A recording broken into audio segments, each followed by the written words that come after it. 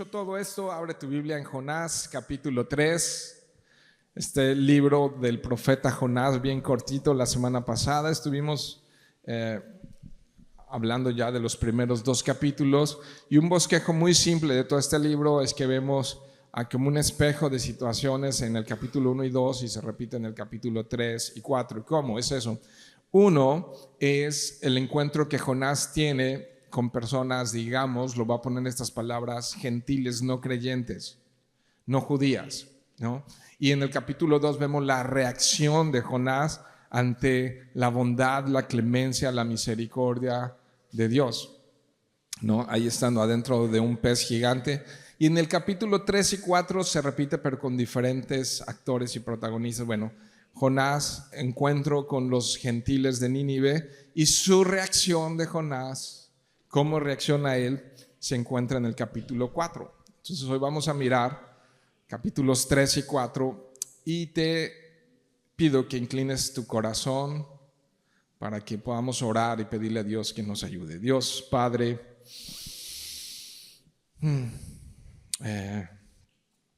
háblanos, Señor, y haz lo imposible, Dios, y habla de diferentes maneras, Jesús. Paséate en medio de las filas, Señor, para sanar corazones, para restaurar almas, Dios, para dar vida donde no la haya, Dios, te lo pido. Háblanos, Señor. Háblanos con una voz potente y tierna, Señor, a nuestros corazones, que no nos podamos escapar de oír tu voz. Que tu Espíritu Santo, Señor, nos hable esta mañana, Señor, y tú puedas levantar una generación de personas que te conocen, que te aman, que te temen, que te sirven y que tienen un corazón limpio, Señor, para servirte, Dios. Háblanos, te lo pido, a través de estos capítulos, en el nombre de Jesús. Amén. En 2005, la National Science Foundation publicó un artículo de investigación sobre los pensamientos humanos, haciendo una investigación de cuántos pensamientos llegamos a tener al día y cuántos pensamientos creen que tenemos al día. En promedio, cada persona tiene entre 12,000 y 60,000 pensamientos al día. ¿Lo puedes creer? O sea, tu mente está bien activa todo el día, entre 12,000 y 60,000 pensamientos. Pero ¿saben qué dato curioso arrojó esto?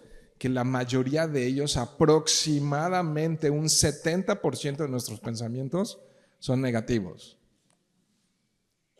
Son malos, son de miedo, son de duda, son de cosas malas que estamos pensando. Ahora es interesante que esos pensamientos, pues dices, yo no estoy muy consciente de 60,000 pensamientos al día. Son automáticos, son repetitivos, son muchas veces involuntarios. Entonces yo me pregunté, pero ¿cómo es que los cuentan? ¿Cómo contaron que podemos tener hasta 60,000 pensamientos al día?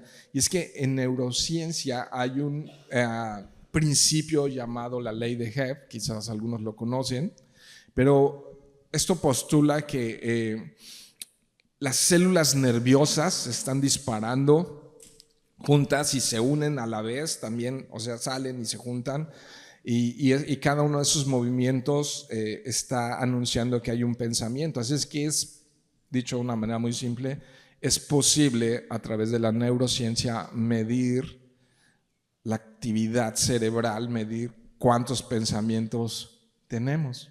Ahora, mi sistema de creencias son la base de todos esos pensamientos. Lo que creo es lo que está produciendo todos esos pensamientos. Y nuestros pensamientos, sí o sí, afectan nuestra conducta. Es por eso que debemos de cuidar nuestros pensamientos.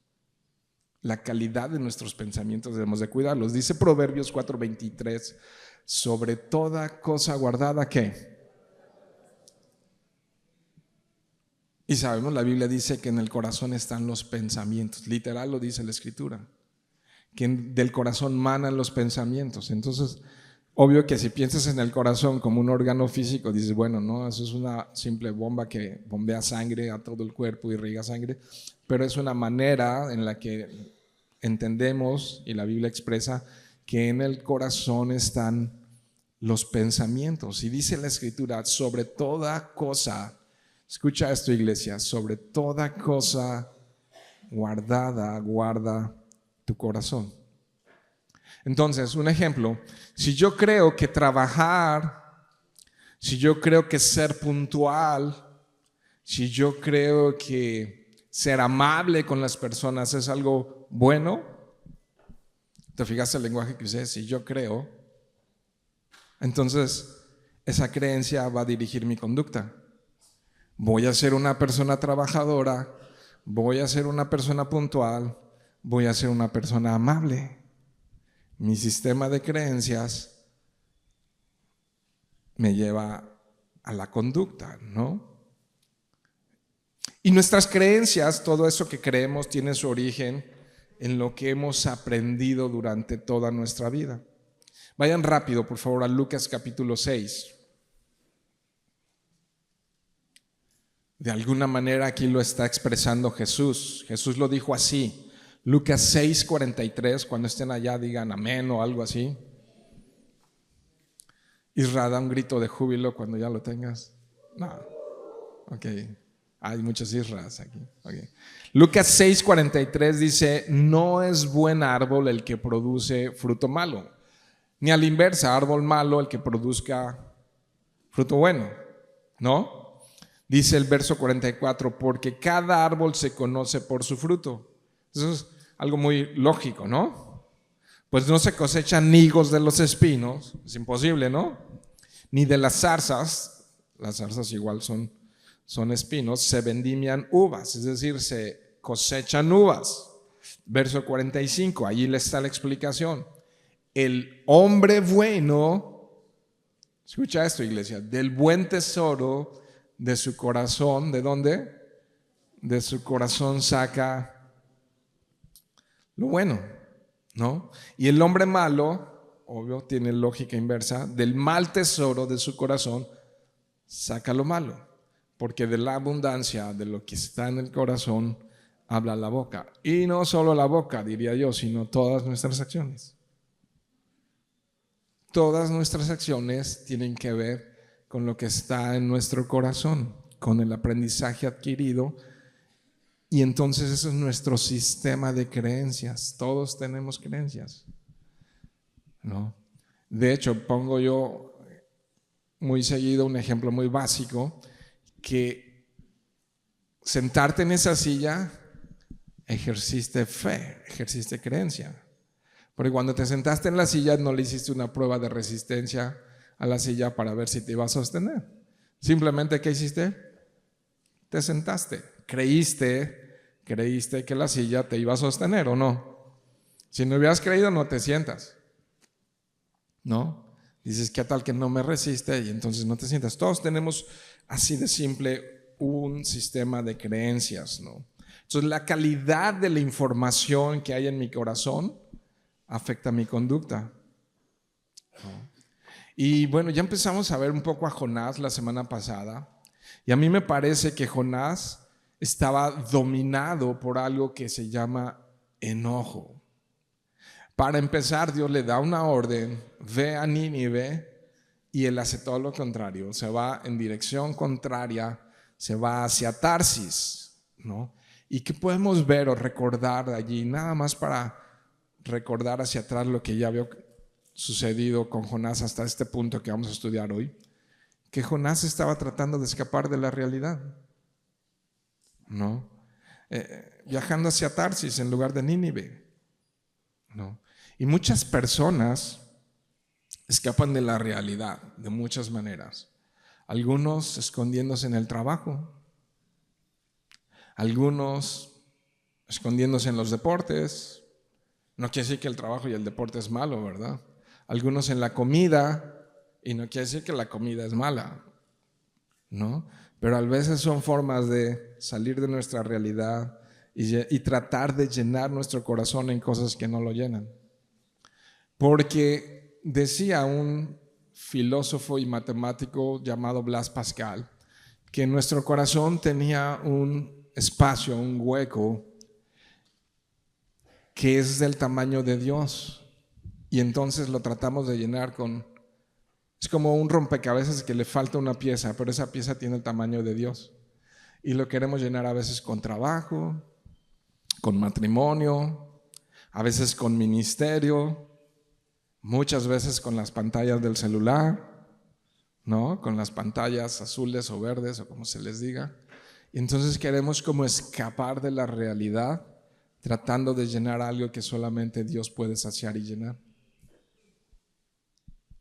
Y que si tratamos de llenarlo allí a través de una pantalla o a través de X o Y actividad, puede ser que con el tiempo nos sintamos más secos, más vacíos, más inseguros.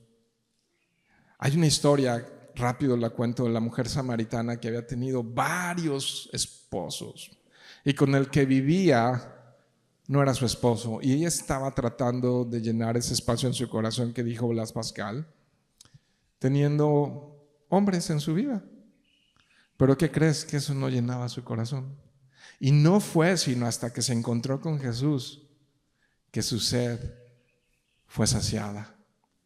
Ella estaba en un pozo sacando agua y le dice a Jesús, dame un poco de agua. Y dice, tú y yo no nos llevamos, ¿no? Pero Jesús le dice, sabes, si tú bebes del agua que yo te daré, no vas a volver a tener sed jamás. Él no estaba hablando de agua física, ¿no? Él estaba hablando de esa sed, de esa agua que sacia por completo. Entonces muchos, como Jonás, a través del trabajo y a través de otras actividades, buscan escapar de la realidad. Y la semana pasada vimos tremendo drama que vivió Jonás en el mar. Y se cuenta fácil, pero no quieres estar 3 días adentro de un pez con humedad, con poca respiración, en obscuridad y sobre todo con el miedo de morir. Podemos decir que vio la muerte de cerca. Si tú lees con cuidado las palabras del capítulo 2, ahí relatan realmente que vio la muerte, ¿no? Como se dice, la vio muy, muy cerca. Y dice ahí en el capítulo 2 que cuando ya se estaba rindiendo, que cuando ya estaba desfalleciendo, buscó a Dios y Él lo rescató.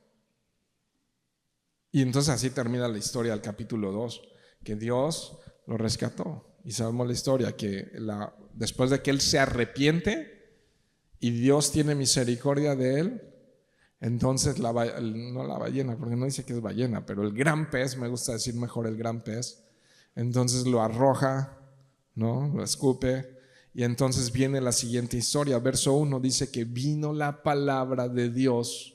Capítulo 3, verso 1, vino la palabra de Dios por segunda vez a Jonás, diciendo, Jonás, levántate y ve a Nínive. No sé qué tanto tenga implicación esa palabra levántate, pero me hace pensar que después de tremendo susto y tremenda experiencia, tremendo drama en el mar, Jonás se quedó como paralizado, inactivo. Entonces el levántate es, deja de estar inactivo, no es tiempo de estar ahí sentado, no. Levántate y ve a Nínive, aquella gran ciudad, y proclama en ella el mensaje que yo te diré. Esto está precioso. Tenemos un Dios de segundas oportunidades. Muchos de nosotros, con lo que hizo Jonás, dices, sáquenlo del ministerio. ¿O no? Ya no es apto para seguir sirviendo. Mira todo lo que hizo, se fue hacia Tarsis, ¿no? O sea, se fue para otro lado. Pero ahora es tiempo de retomar la misión. Y yo miro en estos 2 versos una historia de misericordia y de gracia, de bondad, de clemencia. Y es así con nosotros. Yo pienso en esa historia y digo, Dios no tenía la obligación de llamar por segunda vez a Jonás. Se hubiera buscado a otro, pero lo hizo. A mí eso me anima demasiado, demasiado me anima, porque tenemos un Dios de segundas oportunidades, ¿no? Y que no se cansa, y fallamos, y nos quejamos, y no se equivoca, y Él no se cansa, y Él insiste. ¿No te anima eso? No. Eso demuestra la paciencia que Dios tiene con nosotros. Así estos versos dicen, levántate y retoma lo que te había dicho y vuelve. Le está ofreciendo un nuevo comienzo. Le está ofreciendo un nuevo comienzo. Ahora, yo creo que aquí nada más tenemos que tener un cuidado. Tenemos que tener un cuidado de no pensar que Dios estaba en deuda con Jonás por haberlo mandado adentro del gran pez. ¿No? Tenemos que tener cuidado de pensar que Dios, o no solo Dios, sino que las personas están en deuda con nosotros. Y lo voy a tratar de explicar, porque a veces tenemos una actitud débil y frágil de decir, los demás me deben de tratar así, los demás deben de hacer esto conmigo, los demás me deben de ayudar, los demás deben de tener compasión conmigo, los demás me deben tratar de tal o cual manera. Pero ese pensamiento, hablando de los pensamientos, solamente lleva al resentimiento, genera resentimiento. ¿Por qué lo digo? Porque ese pensamiento, creer que las personas o que Dios está en deuda con nosotros, hace o cultiva un corazón de víctima. Soy víctima de las circunstancias, soy víctima de la injusticia. Y hoy tenemos gobiernos por todo el mundo que hacen sentir a las personas víctimas, en lugar de decir, amigo, sal a trabajar, toma tu responsabilidad, haz lo que debes de hacer. El mundo entero me debe algo y tengo que esperar que el mundo me compense, ¿no? Así. Pero ¿qué tal si por el contrario reconocemos la realidad, que la realidad es que no merecemos nada? Bueno, sí merecemos algo, la muerte. Bíblicamente todos hemos pecado y merecíamos muerte total, ¿no? Eso es lo que merecíamos. Pero si tenemos un entendimiento claro de eso, nuestra actitud va a cambiar por completo y vamos a tener un corazón agradecido. O sea, nadie está en deuda, Dios no está obligado. Y entonces todo lo extra, respirar, oír a esos pájaros, es gracias, Dios. Es gracias, mi Señor, ¿no? Y entonces cambia todo, porque ese pensamiento te hace estar dispuesto más a dar que a recibir. Y Jesús dijo, se lo dijo a Pablo, y Pablo lo recordaba, dice, es mucho más, dice Pablo, que Jesús le dijo que era mucho más bienaventurado dar que recibir. Eso cambia el corazón de víctima al corazón de deben de tratarme, y de fomentar un corazón de resentimiento hacia las personas y hacia Dios, a un corazón de agradecimiento. No. Muchos de nosotros, al igual que Jonás, hemos fallado una y otra vez. Y sabes algo, Dios no nos ha desechado. Dios no nos ha desechado, y eso es muy bueno, ¿no?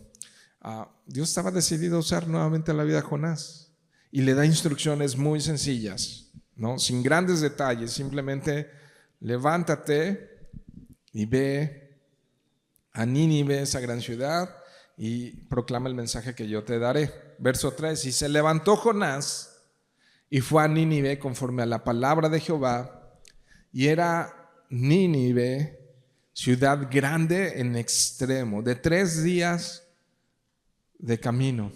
Y aquí como que dices un poco, dices, lección aprendida. O sea, ¿quieres ir de nuevo a dar un turismo de 3 días adentro de un gran pez? Poco oxígeno, mucha humedad y sofocamiento intenso, ¿no? Y Jonás había aprendido que resistir la voluntad de Dios es inútil y es contraproducente. Es torpe, ¿no? Ahora entonces, por lo que leemos en el verso 3, obedece ese llamado de Dios y va hacia Nínive, una área metropolitana que nomás de pensar en caminarla era enorme. 3 días de camino para cruzar toda esa ciudad, ¿no? Quizá esa ciudad ya de entrada era intimidante. Y sabes, muchos de los desafíos que Dios pone por delante de nosotros a veces son intimidantes, ¿no? Y dices, wow, eso no es cualquier trabajo, no es cualquier tarea, ¿no? Puede ser muy desafiante. Verso 4, y comenzó Jonás a entrar por la ciudad, camino de un día. Entonces es una tercera parte, ¿no? Y en ese primer camino de un día predicaba diciendo, de aquí a 40 días Nínive será destruida. Yo no sé si fueron más o menos palabras las que dijo él, pero qué mensaje tan cortito. Ni siquiera habla de arrepentimiento, ni siquiera dice Dios los va a destruir, no usa la palabra Jehová, Dios, Yahvé, no dice Dios los va a destruir, o sea, simplemente de aquí a 40 días Nínive va a pasar a la historia, ¿no? Y como que leemos por encima que no está muy interesado Jonás en que se arrepientan, no les está diciendo arrepiéntanse, simplemente le está anunciando, ¿saben? Van a ser destruidos de aquí a 40 días, ¿no? No hace un llamado directo al arrepentimiento. Y bueno, tenemos palabra escrita que a veces es difícil también poder saber las emociones o la pasión con la que él les predicó. No sabemos con qué pasión les predicó, ¿no? Pero seguramente había cierta apatía, porque sí podemos deducir que Jonás preferiría su destrucción y no su arrepentimiento, porque los de Nínive eran enemigos del pueblo de Dios, y además por muchas razones para una persona como Jonás eran detestables los de Nínive. ¿Se acuerdan la semana pasada? Hablamos un poco de eso, de irle a predicar a las personas menos deseadas. Y entonces, pues como que el mensaje ni siquiera habla de arrepentimiento. Pero sí sabemos algo, que cuando alguien obedece a proclamar el mensaje de Dios y la palabra de Dios, son guiadas por el Espíritu Santo. Y por tanto se espera que esas palabras que son de parte de Dios sean poderosas. El efecto no era la elocuencia, la sabiduría o el poder de Jonás, sino era el poder de Dios al él hablar lo que Dios le dijo que hablara, ¿no? Verso 5, y los hombres de Nínive, nomás les dice, de aquí a 40 días, ok, y los hombres de Nínive, aquí sí dice esto, mira, observa y subráyalo en tu Biblia, creyeron no a Jonás, le creyeron a Dios y proclamaron ayuno y se vistieron de cilicio desde el mayor hasta el menor de ellos. Tremendo, tremendísimo. Creyeron a Dios. Respuesta inesperada. Y yo decía en la introducción de la semana pasada, como muchas veces las personas que menos esperas a veces tienen mejores reacciones que los que sí esperas. Y Jonás tuvo todo el tiempo de estos 4 capítulos una mala actitud, ¿no? Ahí vemos unas sombras de arrepentimiento en el capítulo 2, pero está dentro de la ballena, ¿no? O del gran pez. Y está allí sofocado y entonces está ahí, clamé a ti, Señor, y tú me rescataste. Pero realmente Jonás desearía que los de Nínive hubieran sido destruidos.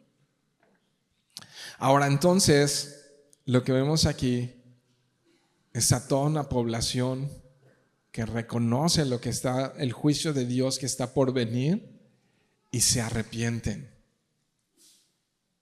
¿no? Desde el más pequeño hasta el más grande. Pero el arrepentimiento comienza en algo, en creerle a Dios. Si tú no crees que el infierno es real y que Dios promete el infierno a todos aquellos que le den la espalda y rechacen a su Hijo, que es el único medio de ser salvos, entonces no va a cambiar tu vida. Si tú crees que el cielo es real, sistema de creencias, si tú crees que el cielo es real y que Jesús es el único medio de salvación que Dios ha provisto y que en ninguno otro hay salvación, tú vas a rendir tu vida al mensaje del Evangelio. Y la manera en la que veas esto que llamamos vida va a cambiar completamente. Porque vas a filtrar todos los eventos de la vida a través de lo que dice Dios, a través de lo que dice su palabra. ¿Y dónde comenzó esto? En el creer. Ahora, Romanos capítulo 8 es un texto muy citado por los evangelistas. Romanos capítulo 10, verso 8 dice, ¿qué dice? Más que dice, cerca de ti está la palabra, en tu boca y en tu corazón. Esta es la palabra de fe que predicamos. Que Jonás predicó algo y acá en el Nuevo Testamento dice, esta es la palabra de fe que predicamos. Que si confiesas con tu boca que Jesús es el Señor, sistema de creencias, si confiesas y crees en tu corazón que Dios le levantó de entre los muertos, ¿qué? Serás salvo. Aquí hay un elemento nada más muy rápido aclaratorio que para nosotros confesar a Jesús puede confundirse con decir Jesús, Jesús, Jesús 3 veces, como si fuera un mantra místico, como si fuera un mantra oriental, y decir si yo repito esta frase mágica entonces ya soy salvo, ¿no? Si yo repito una frase ya con eso la libré. Pero en el contexto correcto de Pablo escribiéndole a los romanos, ¿y tú sabes qué les pasaba a los cristianos en Roma? Los encarcelaban, los azotaban, los quemaban vivos, los mandaban al circo para ser quemados, comidos por leones. Todo es una persecución cruel y severa, ¿sí? Entonces, ¿qué significa en ese contexto confesar con tu boca? No es un mantra místico. Es si tú les dices a los demás que crees en Jesús, te puede costar la vida. ¿Hay una diferencia? Entonces, confesar con tu boca era algo muy real. No era un mantra oriental, no era abracadabra, patas de cabra. No, eso es un mantra místico oriental que dices, digo las palabras mágicas y algo va a suceder. No. Era si confiesas a Jesús delante de los hombres, tu misma vida puede estar en riesgo, ¿no? Y si crees en tu corazón que Jesús dejó la tumba vacía para darnos vida, para salvación, entonces serás salvo. Creer en Jesús es poner la vida por delante, sin reservas, sin reservas. Y dice el verso 10, porque con el corazón se cree para justicia, ¿no? Esto es la justicia delante de Dios, pero con la boca se confiesa para salvación. Pues la Escritura dice, todo el que creyere no será avergonzado. Y así es. Jesús dijo, si ustedes me confiesan delante de los hombres, yo los voy a confesar delante de mi Padre. Pero si ustedes me niegan delante de los hombres, yo les voy a negar delante de mi Padre. O sea, aquí importantísimo, de hecho el verso más popular de toda la Escritura, Juan capítulo 3, verso 16, dice, porque de tal manera amó Dios al mundo que ha dado a su único Hijo para que todo aquel que cree no se pierda, mas tenga vida eterna. Entonces, creer te lleva entonces a lo siguiente, al arrepentimiento. Vamos al verso 6. Vamos a ver cómo los ninivitas se arrepienten. Entonces llegó la noticia. Un poco la literatura hebrea está siempre haciendo esto. Nos cuenta la historia en pocas palabras y luego la amplía. Entonces ya acá los primeros versos nos dijeron ya esta historia. Se arrepintieron, hicieron cilicio, ¿no? Se vistieron de cilicio y buscaron a Dios. Va a dar detalles de lo que ya dijo en los versos primeros, en el verso 6. Y llegó la noticia hasta el rey de Nínive y se levantó de su silla, se despojó de su vestido, chequen eso, y se cubrió de cilicio y se sentó sobre ceniza. Rápido, explico el cilicio. Era quitarte la ropa cómoda, la ropa agradable, ¿no? Y ponerte una tela, un telar grueso que estaría revestido ese telar por piel ya sea de cabra o de camello, que es duro el pelo. Entonces cuando te le pones esa vestidura hacia la piel, pica mucho y lastima la piel, ¿no? Entonces ese era el cilicio, vestirse de una ropa nada cómoda y ponerse sobre ceniza es un símbolo de demasiada humillación, de aquí estoy rendido por completo ante ti. E hizo, verso 7, proclamar y anunciar en Nínive, ¿no? Entonces ahí en las redes sociales y todo, por mandato del rey y de sus grandes, diciendo: hombres y animales, bueyes y ovejas, no gusten cosa alguna, no se les dé alimento ni beban agua. ¿Qué es eso? Ayuno. Verso 8, sino cúbranse de cilicio hombres y animales. Entonces todos parejos.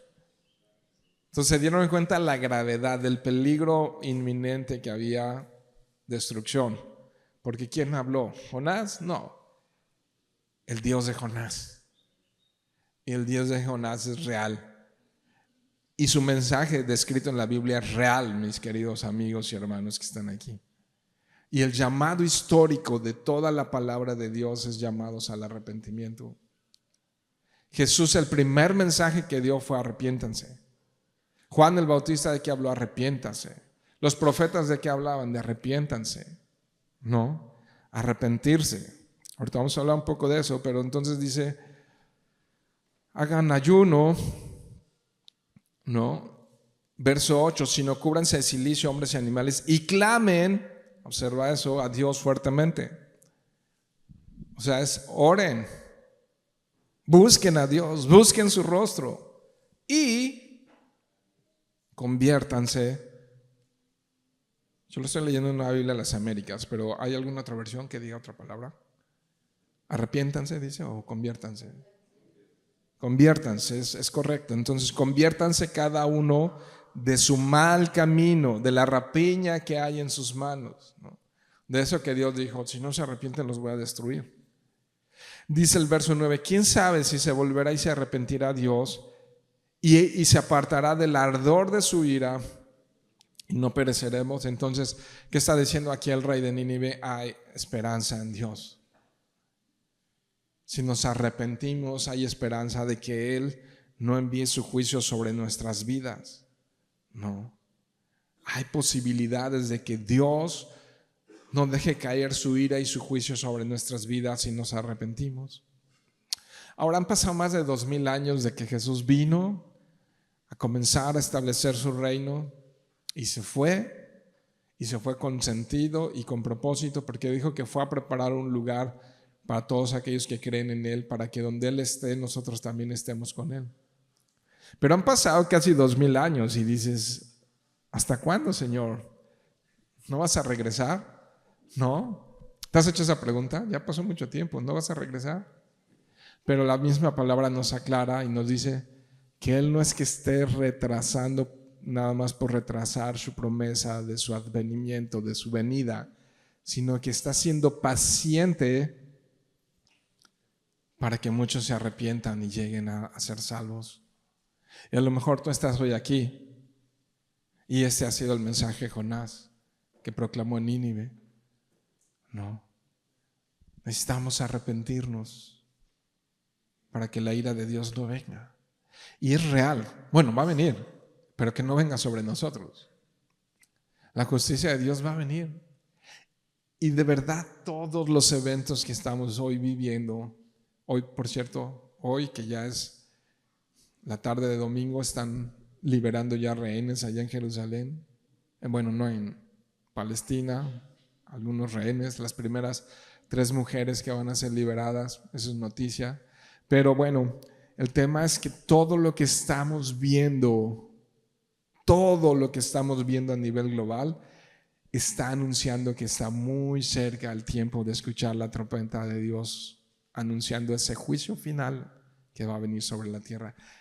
No es el tema de hoy, pero simplemente ver la depravación moral que hay en el planeta entero sin entrar en detalles.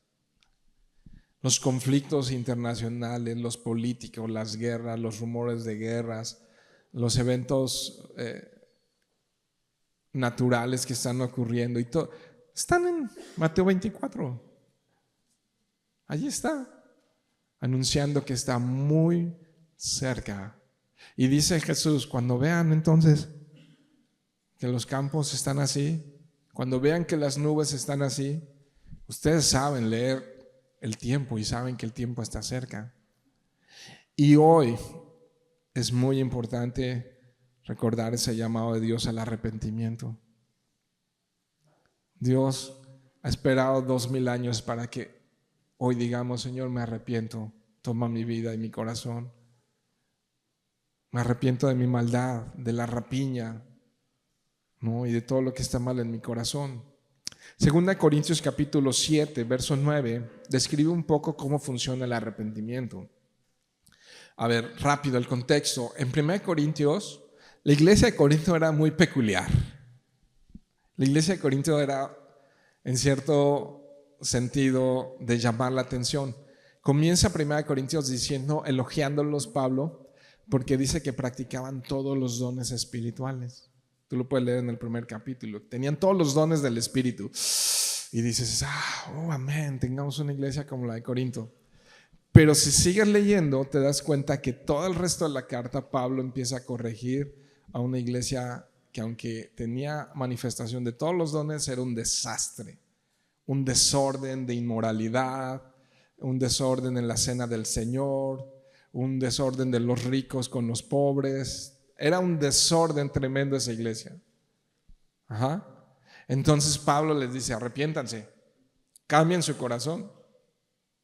¿Y qué crees que hicieron? Se arrepintieron y cambiaron y dejaron el pecado y dejaron lo que estaba mal. ¿Sí? Entonces ya se entiende lo que les escribe después en 2 Corintios capítulo 7 verso 9.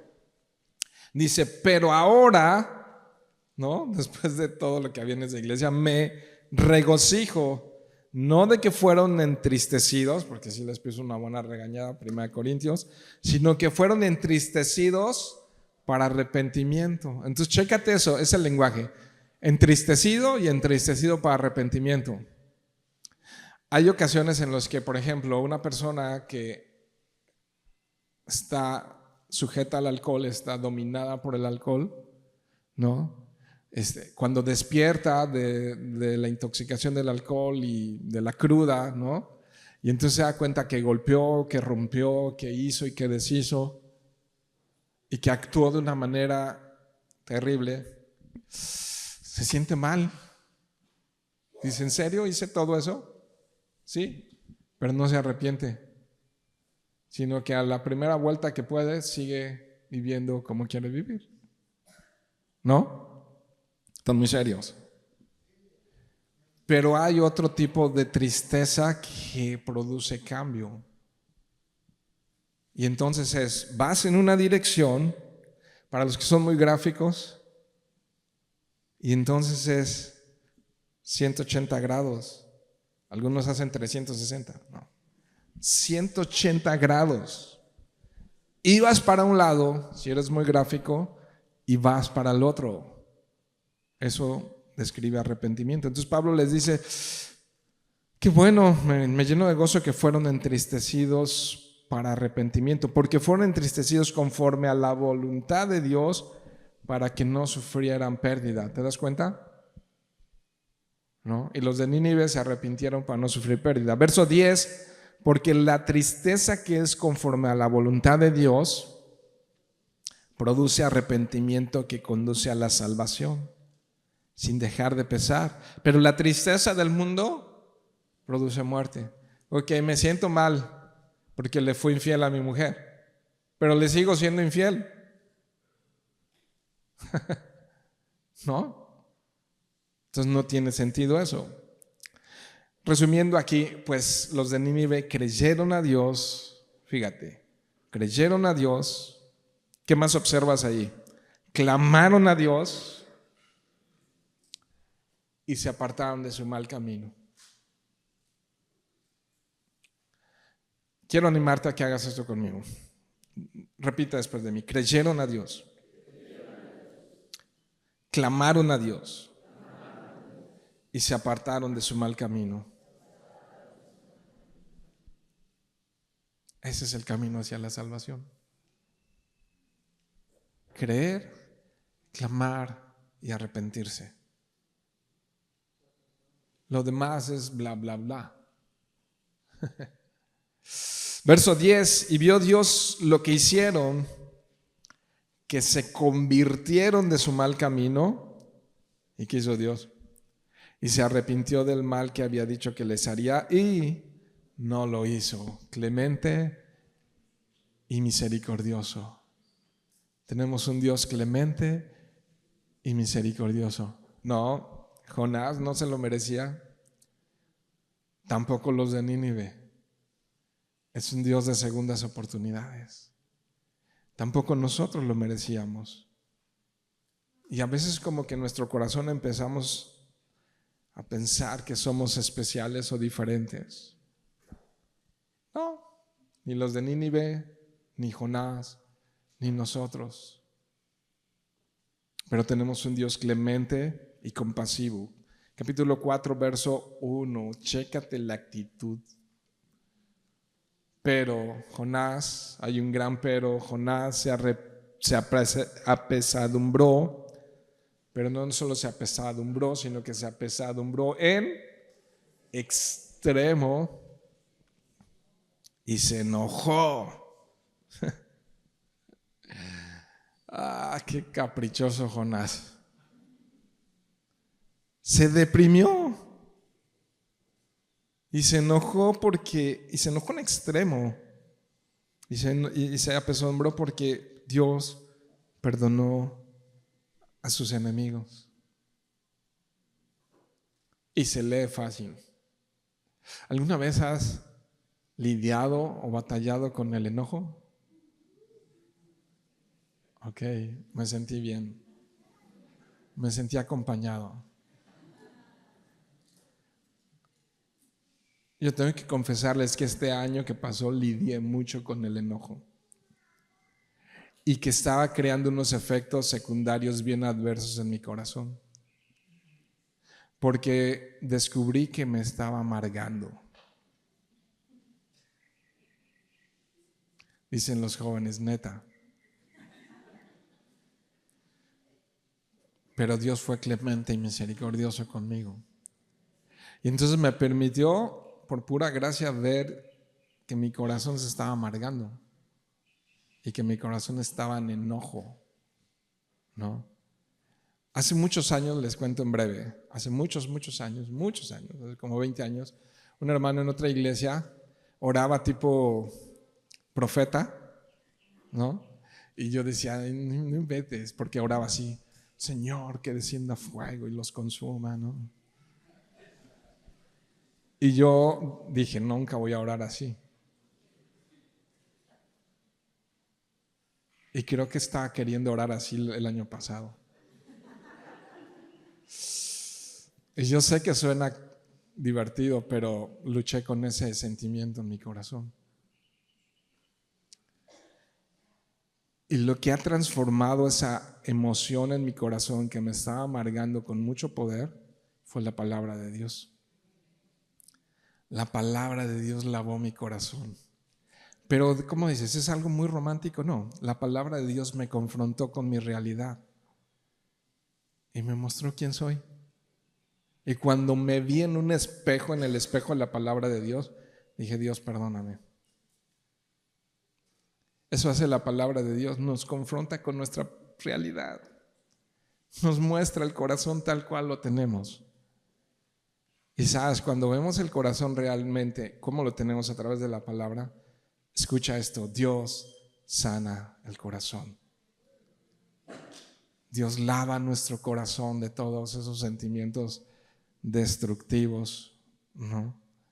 Y entonces, pero aquí está Jonás, enojado en extremo, con un fuerte pensamiento de enojo que lo está dominando, la ira lo está dominando, los pensamientos negativos están gobernando su alma. Y el verso 2, lloró a Jehová y dijo, dice, que ya va a orar, okay. Oh Jehová, ¿no es esto lo que yo decía estando aún en mi tierra? Por eso me apresuré a huir a Tarsis, porque sabía yo que tú eres Dios clemente y piadoso, tardo en enojarte y grande en misericordia, y que te arrepientes del mal, ¿no? Por eso no, fíjate su justificante, por eso no quería ir a Tarsis, a Nínive, y me fui a Tarsis, porque sabía que los ibas a perdonar, ¿no? Y pues está bien enojado porque no los destruyó. Ahora pues, oh Jehová, te ruego, mira qué fuerte está esto.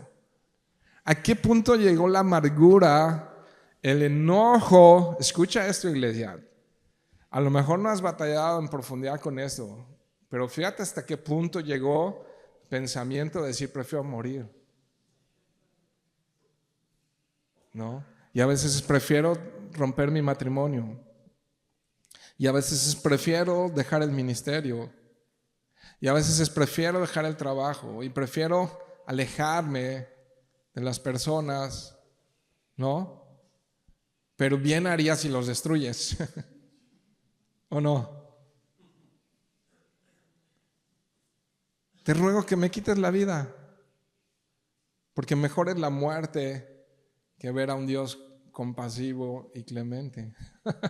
No, tácitamente es lo que está diciendo. Prefiero morir a ver que tú eres clemente y misericordioso. ¿O no?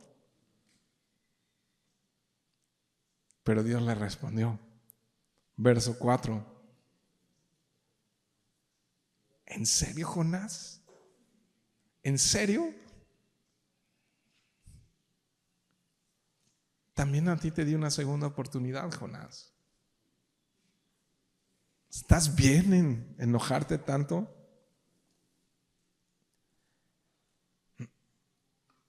Porque fui clemente y bondadoso con los de Nínive.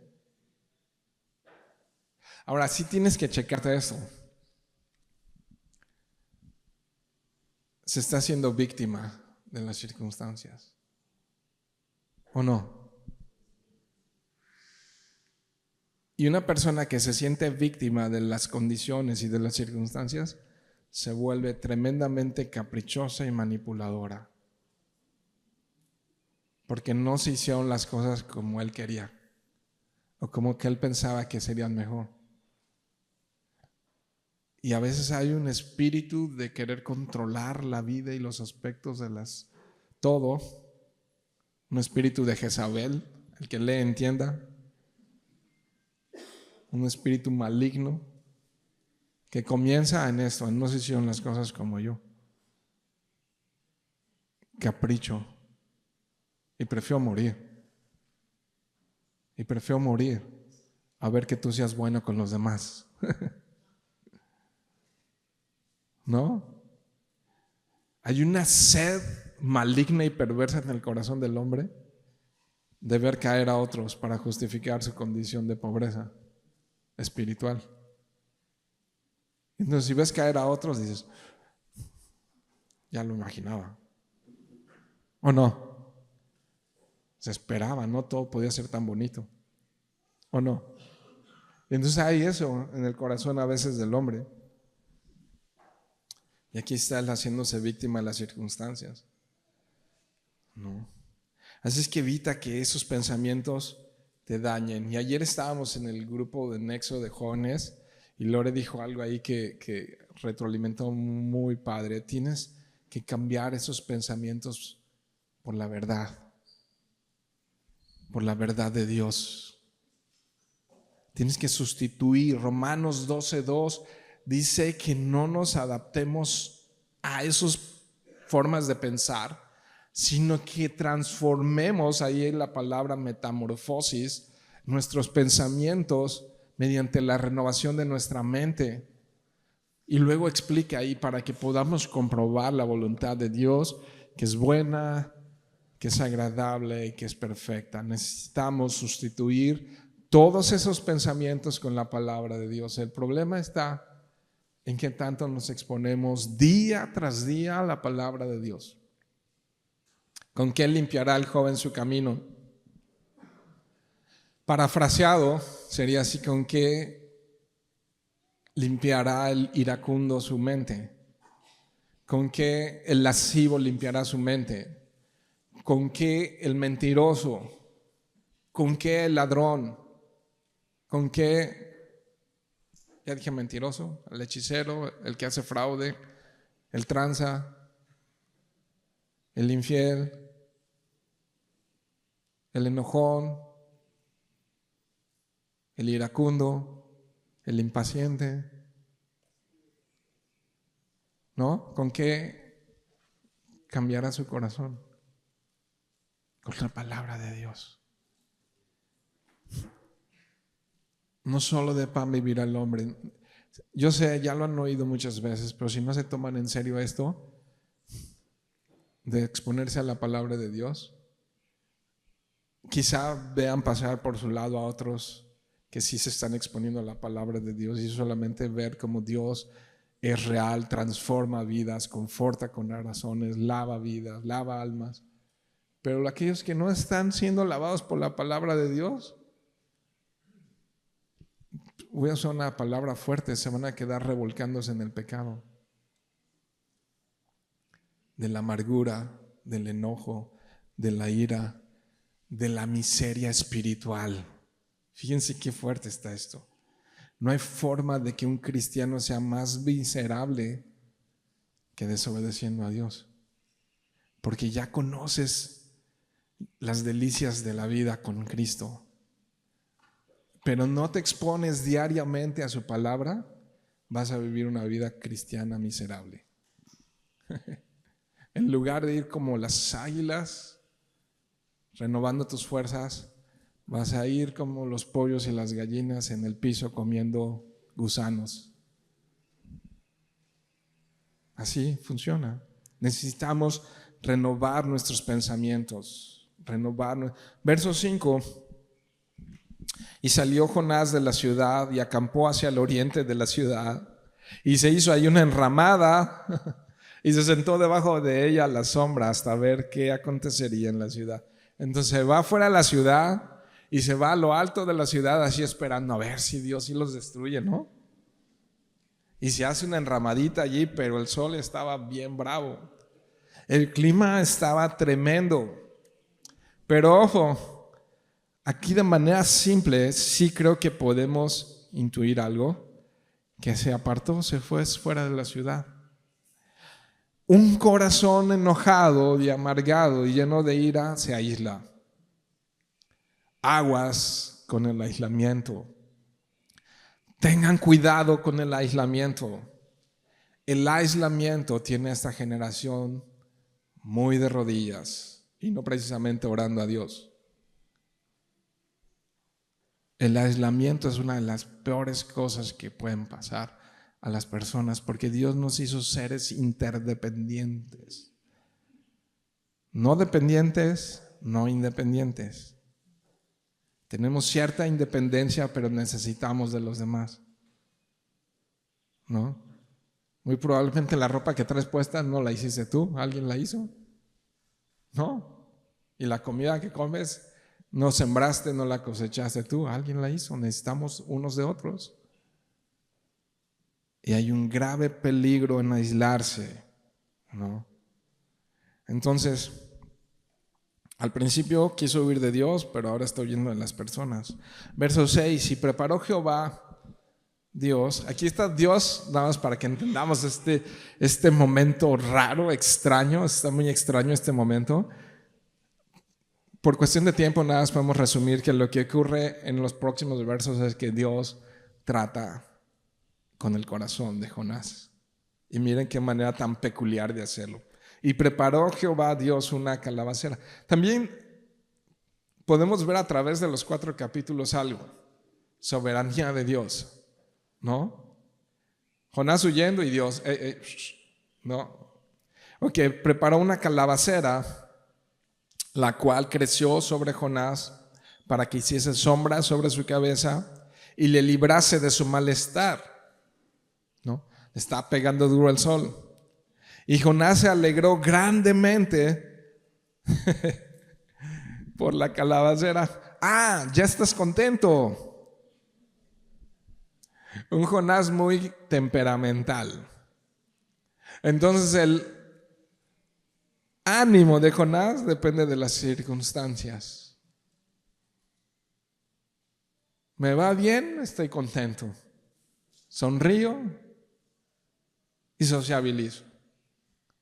Me va mal, no se hacen las cosas como yo quiero, me enojo, me lleno de ira, de frustración y me aparto de las personas y me vuelvo caprichoso y manipulador, porque he dejado que ese sistema de creencias dominante me haga actuar de tal o cual manera.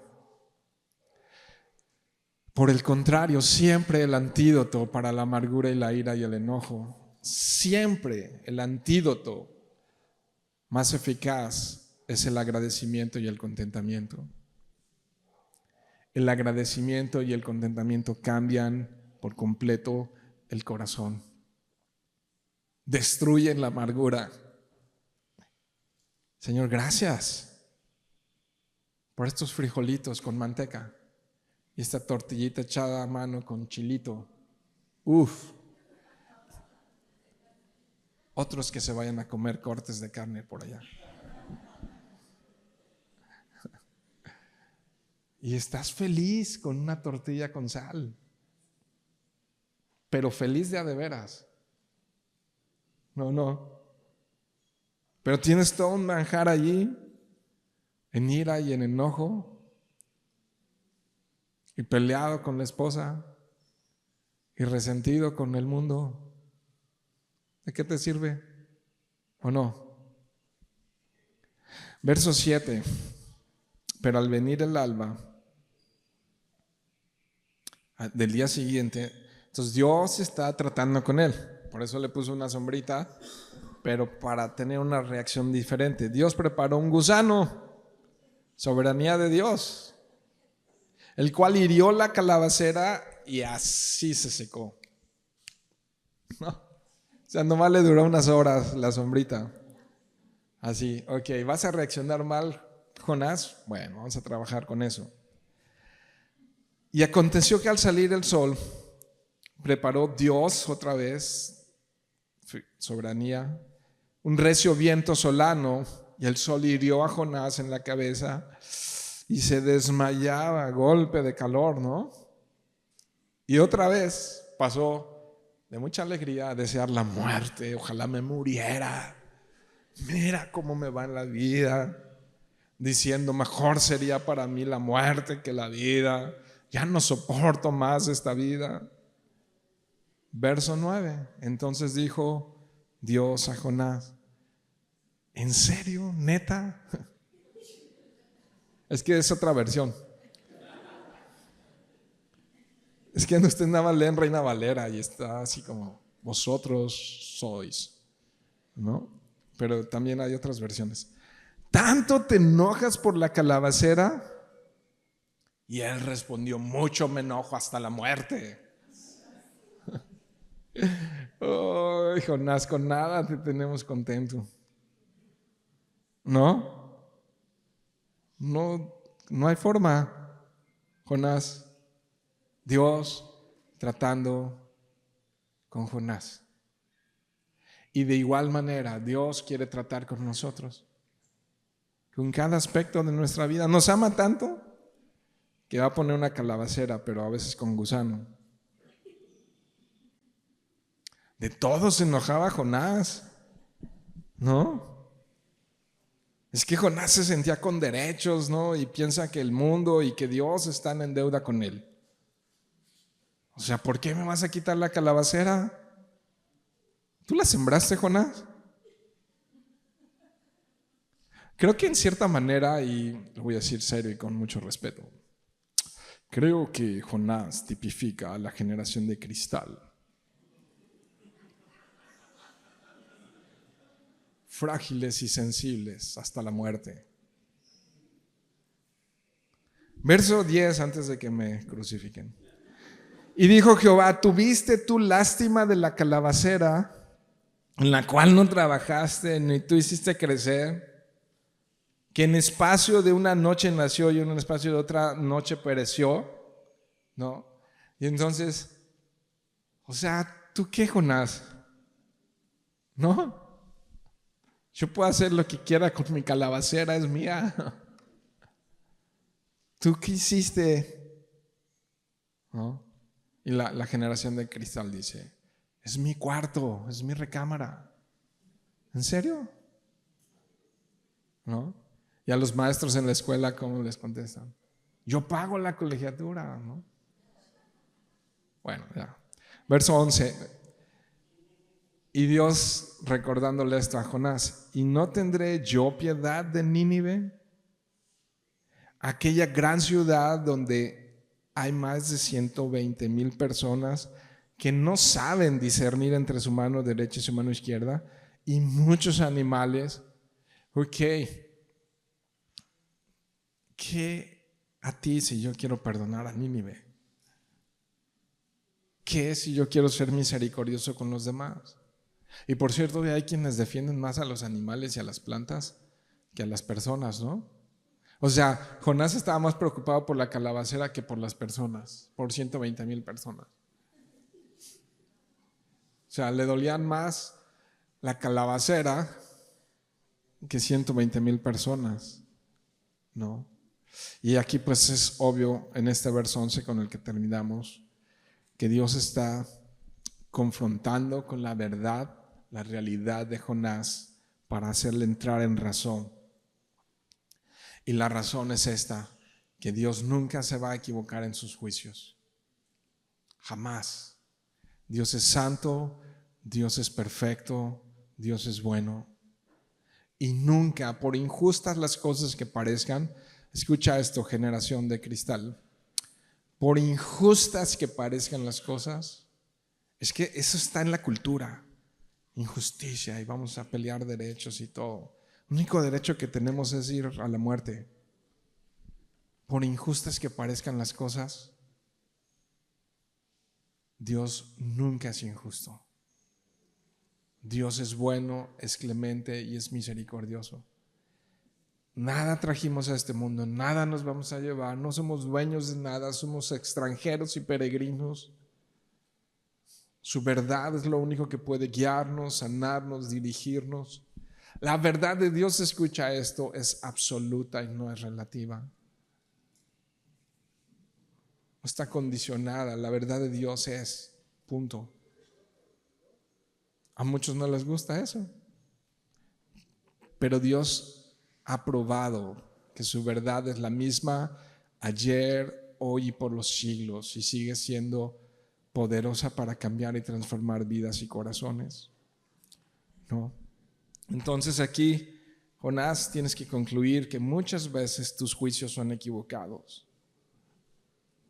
Yoshimi, ¿quién eres para decirle a Dios qué hacer y qué no hacer? ¿Acaso soy su consejero de Dios? Me dijo: oye, quiero que me des un consejo. ¿Perdono a Nínive o no? ¿Hago la calabacera con gusano o sin gusano? Dios no tiene que consultarnos en absoluto, ¿no? Bien, mis queridos amigos y hermanos, reflexiona en esto esta mañana. Lo que creemos afecta lo que pensamos afecta lo que sentimos afecta sí o sí lo que actuamos. Y la Biblia me dice algo en este resumen de estas 2 semanas: que Dios es clemente y que Dios es bondadoso, que Dios es misericordioso.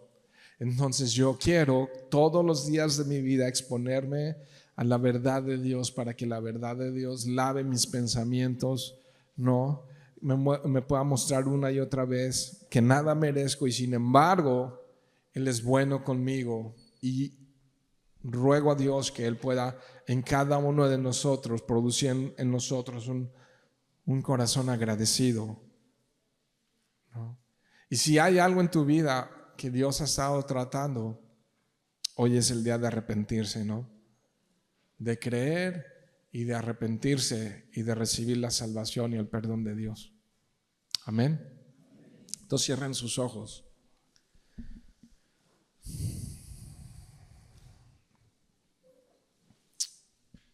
Creo que en gran medida cierra esta historia hablándonos de un corazón que estaba enojado, resentido.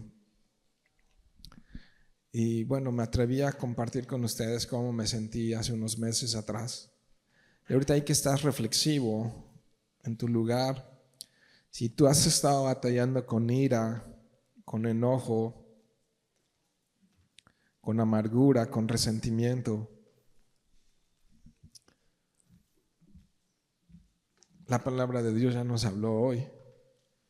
¿Por qué no permites que su bálsamo de gracia sane tu corazón como sanó el mío? Que su gracia sane tu corazón. Y dile allí, ora a Él y dile cómo te sientes. Sé honesto con Él, sé honesta con Él. Y dile cómo te sientes. Ábrele tu corazón y dile, aquí está, Señor, mi corazón. Y pregúntale si puede dar un toque de su gracia en tu corazón. Y si Él da un toque de gracia en tu corazón, las cosas no van a ser iguales.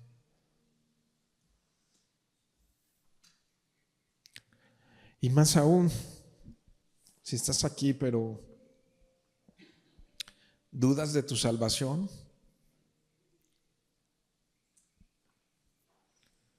igual que los de Nínive, hoy es el día que digas, pongas silicio en tu corazón, te arrepientas de la maldad y le creas a Él. Su juicio va a venir. Y su palabra dice que si creemos en Él, en su Hijo Jesucristo, Dios nos va a tratar con misericordia.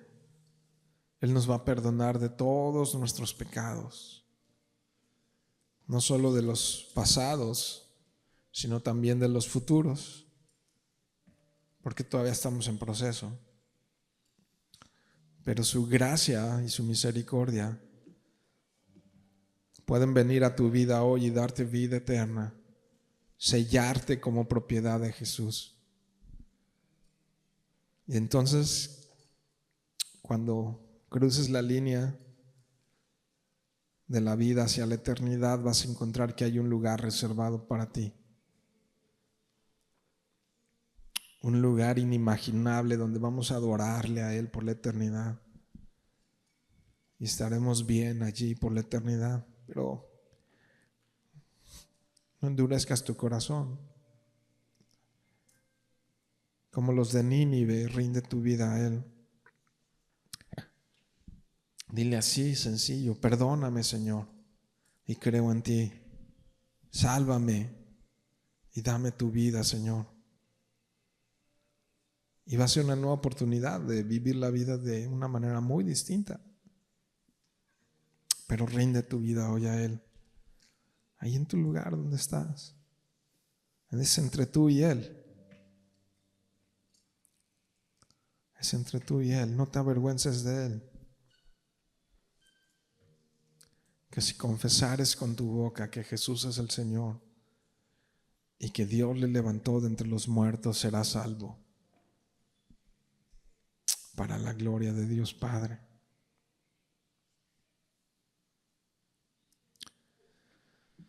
Señor, lava nuestros corazones, Dios,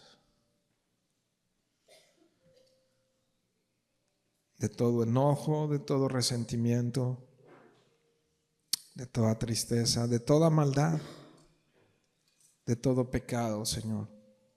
Lávanos, lávanos, Señor.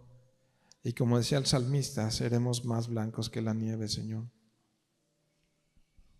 Lávanos, Señor, restaura nuestros corazones para que seamos funcionales en tu reino, Dios, para que podamos amar y servir a otros, Dios, como tú quieres que lo hagamos, Señor. Ayúdanos a tener carácter, pero carácter de Cristo, Señor. Te lo suplicamos, Dios, por amor a tu nombre, para gloria tuya, Señor. Solo tú eres digno de recibir gloria, Dios. Por amor a tu nombre, Señor, en el nombre de Jesús. Amén. Y Dios también, como parte de nuestra adoración, Señor, venimos hoy a traer ofrendas delante de tu altar, Señor.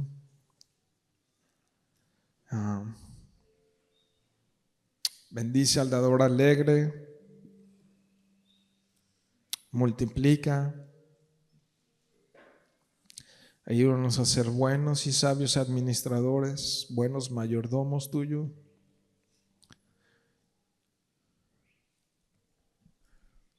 Y hoy en especial te pedimos por la iglesia en Quimbilá y por Uziel, Señor, que tu Espíritu Santo esté sobre él. En el nombre de Jesús. También te pedimos, Dios, por todos los enfermos. Tú sabes quiénes son, Señor. Y te ruego, Dios, por toda esta congregación, cada uno de los que están aquí. Te suplico, Dios, que tu mano esté sobre ellos. En el nombre de Jesús. Amén.